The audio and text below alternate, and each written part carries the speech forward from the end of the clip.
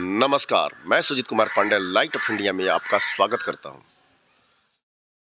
बिहार अल्पसंख्यक प्रकोष्ठ कांग्रेस की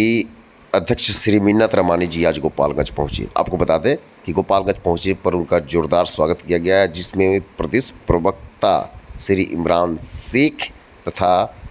वरिष्ठ कांग्रेस नेता मोहम्मद सरवर तथा व्यावसायिक प्रकोष्ठ के जिलाध्यक्ष श्री नारायण जी प्रसाद शामिल थे। क्या कहते हैं? नमस्कार, मैं अनीश उपाध्याय। आज मैं गोपालगंज जिला में उपस्थित हूं और आप सभी जानते हैं कि कर्नाटक कांग्रेस की भारी बहुमत से जीत हुई है और आज हमारे साथ मिन्नत रहमानी जी जो अध्यक्ष है बिहार प्रदेश कांग्रेस अल्पसंख्यक विभाग के, आज उनसे हम लोग बातें करते हैं कर्नाटका जीत पर। अभी आप लोग जानते हैं कि 2024 में चुनाव भी होने वाले हैं, क्या असर पड़ेगा कांग्रेस और भाजपा पर, इन्हीं सभी मुद्दों पे बातें करेंगे। आजकल सोशल मीडिया पर बहुत ट्रेंडिंग चल रहा है कि कर्नाटक तो अभी झांकी है, पूरा हिंदुस्तान बाकी है। आइए तो सीधा हम लोग सर से मिलते हैं। सर, आपका हमारे चैनल में बहुत स्वागत है। धन्यवाद। क्या कहेंगे कर्नाटक जीत पर? देखिए, सबसे पहले तो हम आज गोपालगंज की सरजमी पर अभी हैं और अपने भाई साहब का हम बहुत ही शुक्रिया अदा करते हैं कि बहुत ही ज़मीनी आप समाज सेवी हैं। राजनीतिक व्यक्ति से पहले ये समाज सेवी हैं सबसे पहले, और जिस तरीके से इन्होंने यहाँ पर सम्मान किया, इस्तकबाल किया, इसके लिए हम उनका शुक्रिया अदा करते हैं। रही बात कर्नाटका चुनाव की, तो जो कर्नाटका चुनाव का परिणाम रहा, वो परिणाम दरअसल चुनाव से पहले ये जो चुनाव हुआ वो देश की जनता देख रही थी कि पूरी भारत सरकार एक तरफ,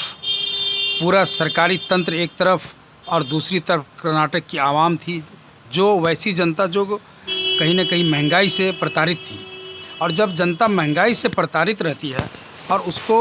आप जाति, धर्म, मजहब के नाम पे अगर बांटने की कोशिश करेंगे तो परिणाम इसी तरीके का आएगा। भारतीय जनता पार्टी की जो मौजूदा सरकार थी, वो जो सरकार बनी थी वो भी कहीं ना कहीं बीजेपी ने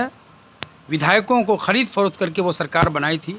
और जो भ्रष्टाचार पूरे देश में अगर सबसे ज़्यादा कहीं था, जो 40% का जो कमीशन का जो मामला था, वहाँ कर्नाटका के अंदर किसी भी काम कराने के लिए जो बात उठ करके आ रही थी मीडिया के माध्यम से, जो 40% वहाँ हर एक काम करने के लिए दिया जाता, उसका परिणाम रहा कि आज कांग्रेस पार्टी की वहाँ सरकार बनी। हम आपके माध्यम से आम जनों को बताना चाहते हैं कि जिस तरीके से हमारे नेता आदरणीय श्री राहुल गांधी जी ने भारत जोड़ो यात्रा में लंबा समय कर्नाटका में गुजारा था, और उस क्षेत्र में खास करके जिन जिन रास्तों से राहुल गांधी जी गए, आज तमाम सीटों पे कांग्रेस पार्टी की वहाँ जीत हुई। जहाँ पिछली बार हम महज 18 सीट, लगभग उस क्षेत्र में जो है 60 के करीब सीट है, 60 विधानसभा में हम पिछली बार महज सिर्फ 18 सीट पे विधायक हमारे चुनाव जीत करके आए थे। इस बार राहुल गांधी जी के पदयात्रा के बाद हम उस जगह पे 38-40 सीट से ज़्यादा चुनाव, और ओवरऑल जो परिणाम है वो जहाँ तक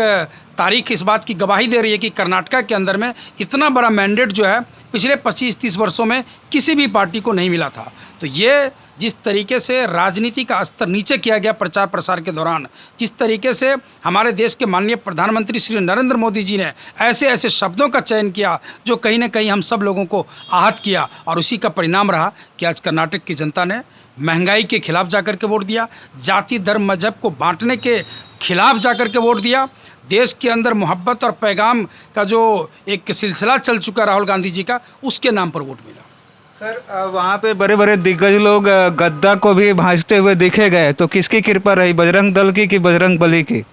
नहीं, देखिए, सवाल है कि सबसे पहले तो बहुत ही अफसोस होता है कि बजरंग दल की तुलना अगर बजरंग बली से किया जाए, हमारे जो भगवान तुल्य हैं, आप उसकी तुलना एक छोटे अगर संघ से करेंगे, छोटे अगर दल से करेंगे, तो ये तो बहुत ही अफसोस की बात है। मुझे लगता है कि भारतीय जनता पार्टी और देश के प्रधानमंत्री जी को इस बात से माफ़ी मांगनी चाहिए कि अगर कांग्रेस पार्टी ने बजरंग दल पे, किसी भी दल के ऊपर सवाल उठाया जाए, चाहे वो PFI हो, चाहे वो बजरंग दल हो, ये तमाम छोटी छोटी संगठनें हैं, अगर कोई भी संगठन अगर इस देश में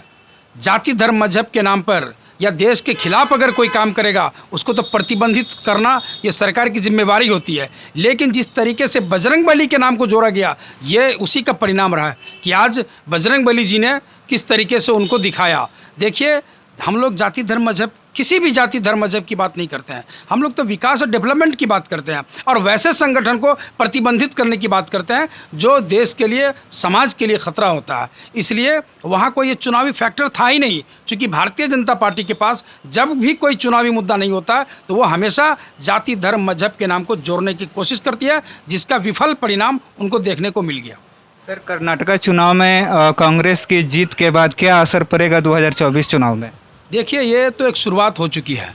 चूँकि इन्होंने अभी तक इनके पास वायदे जो इन्होंने किए थे कि महंगाई हम कम करेंगे, हम आपके माध्यम से बताना चाहते हैं कि जिस वक्त वो ये बात कह रहे थे कि हम महंगाई कम करेंगे 2014 के चुनाव प्रचार में, उस वक्त गैस की कीमत जो है महज 400 रुपये की एक सिलेंडर की कीमत होती थी, पेट्रोल की कीमत 48 रुपये 54 पैसे होती थी, डीजल की कीमत जो है उस वक्त 39 रुपये 32 पैसे होती थी, दाल की कीमत उस वक्त जो है 36 रुपये थी, चावल की कीमत 6 रुपये 10 रुपये 12 रुपये केजी तक। ये तमाम चीज़ें जो है जब ये कह रहे थे कि महंगाई डाइन है, आज वो महंगाई डबल हो चुकी है। आज 100 के पार पेट्रोल डीजल है, आज गैस की कीमत 400 के जगह पे 800 से भी ज़्यादा, 900 से भी ज़्यादा, 1000 जगह पे 800 से भी ज़्यादा, 900 से भी ज़्यादा, 1000 के पार है। लगभग 1200 के करीब में हम गैस के एक सिलेंडर को ख़रीद रहे हैं। चावल हो, चीनी हो, दाल हो, कोई भी चीज़ जाके तेल की कीमत हो, तमाम चीज़ें डबल से ज़्यादा हुई है। तो जब ये वायदे किए महंगाई की, तो आज तो महंगाई डबल है। तो सवाल ये उठता, आप तो छोड़ दीजिए, सबसे बड़ी बात, जो एक गरीब का परिवार का बच्चा अगर कोई रेलवे प्लेटफॉर्म पे जाता था तो वहाँ 2 रुपये का टिकट लगता था रेलवे प्लेटफॉर्म पे, आज 10 रुपये से लेकर के 50 रुपये तक का टिकट लगता है। आपके चैनल के माध्यम से हम बताना चाहते हैं कि जब देश को 50 रुपये डीजल को करने में लगभग 60 साल लग गए, आज़ादी के बाद से लेकर के 2014 तक पहुंचने में 50 रुपये लगे, और आज महज 7 साल के अंदर में ऐसी कौन सी नीति बन गई देश के अंदर में कि सीधे उसके डबल हम पेट्रोल डीजल और तमाम चीज़ें, गैस की कीमतें सब कुछ डबल हो गई। सर, नीतीश कुमार जी को प्रधानमंत्री का चेहरा बनाया जा रहा है, क्या इस पर कहेंगे आप? नहीं, देखिए, ये तो देश लोकतंत्र का देश है, इसमें हर किसी को प्रधानमंत्री बनने के लिए, और वो तो खैर हमारे प्रदेश के लंबे समय से मुख्यमंत्री रहे हैं, बहुत ही शानदार शख्सियत हैं, बहुत ही अच्छे लीडर हैं, और अगर वो देश को भी वो भी एक मुहिम के तहत निकले हैं, ये बहुत ही खुशी की बात है। और विपक्ष तो वैसे भी एकजुट है, विपक्ष जो है आज एकजुट है, जिसका परिणाम है कि आज बिहार में जो आप सरकार देख रहे हैं, महागठबंधन की सरकार, ये विपक्षी एकता को प्रदर्शित करता है। सर, बिहार में बागेश्वर धाम धीरेन्द्र शास्त्री जी भी आए हुए हैं और एक सोशल मीडिया पर ट्रेंड चल रहा है कि धीरेन्द्र शास्त्री की गाड़ी खुद सांसद मनोज तिवारी जी ड्राइव कर रहा है, तो बिहार में खेला हो गया।